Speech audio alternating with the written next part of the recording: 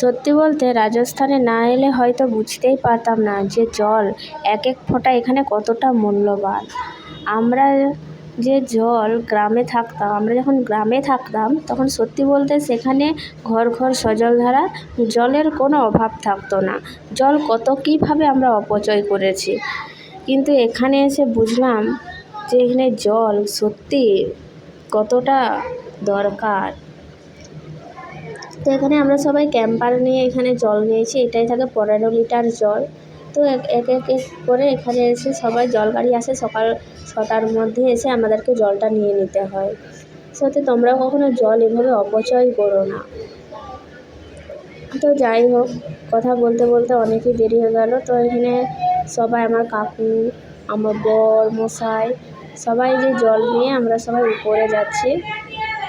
তো যাই হোক, আমার পরিচয়টা তোমাদের দিয়েই দেই, আমি হলাম মুনমুন। তো আমার ইউটিউব চ্যানেলে সবাইকে।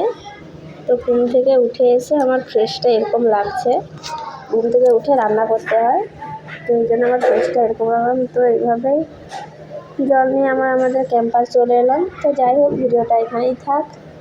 সবাই ভালো থাকবেন, সুস্থ থাকবেন।